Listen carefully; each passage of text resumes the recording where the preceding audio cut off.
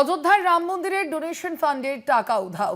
তদন্তে 3 সদস্যের সিট গঠন করলো ইতিমধ্যে উত্তরপ্রদেশ সরকার। ইতিমধ্যে যে সিটের গঠন করা হয়েছে উত্তরপ্রদেশ সরকারের তরফ থেকে, অবশ্যই এই বিষয়ে ঘটনার তদন্ত করতেই কিন্তু এই সিট গঠন। অযোধ্যার রাম মন্দিরের ডোনেশন ফান্ডের টাকা উধাও ঘটনাতেই এই সিট গঠন করা হয়েছে। কথা বলবো এনি আমাদের সঙ্গে এই মুহূর্তে রয়েছেন প্রতিনিধি পূজালী চ্যাটার্জি। পূজালী, ঠিক কি জানতে পারা যাচ্ছে এই বিষয়ে? উত্তরপ্রদেশ সরকারের তরফ থেকে কি এই পদক্ষেপ? এখনো পর্যন্ত এই তদন্ত প্রক্রিয়ার মধ্যে কি কি তথ্য সামনে এসেছে?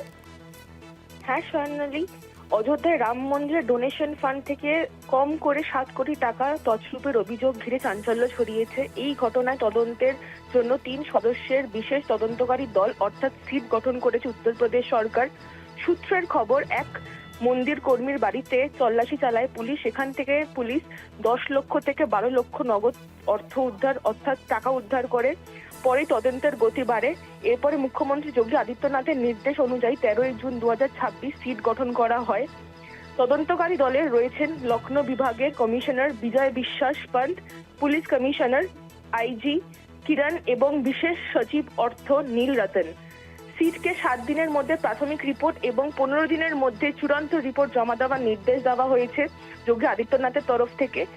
এদিকে সমাজবাদী পার্টির প্রধান অখিলেশ যাদব অভিযোগ করেন, রাম মন্দিরের ডোনেশন ফান্ড থেকে কোটি কোটি টাকা গায়েব হয়েছে। যদিও শ্রীরাম জন্মভূমি তীর্থক্ষেত্র ট্রাস্ট প্রথমে এই অভিযোগ অস্বীকার করেন। স্টেট ব্যাংক অফ ইন্ডিয়ার সঙ্গে নিয়মিত অডিটে কোনো বড় ধরনের গোলমিল ধরা পড়েনি। মন্দির কর্তৃপক্ষের প্রাথমিক ধারণা, মন্দির প্রাঙ্গণে রাখা দান বাক্স অর্থাৎ ডোনেশন ফান্ড অনিয়ম হয়ে থাকতে পারে। তবে রসিদ কাউন্টার অর্থাৎ বিল কাউন্টারের মাধ্যমে জমা পড়া অর্থ কোনো অনিয়মের প্রমাণ এখনো পাওয়া যায়নি। বর্তমানে সিট পুরো তদন্তের ভার নিয়েছে। তদন্তের রিপোর্ট প্রকাশের পরে ডোনেশন ফান্ডের প্রকৃত কোন আর্থিক দুর্নীতি হয়েছে কিনা তা জানা যাবে। স্বর্ণালী, ধন্যবাদ তোমায়।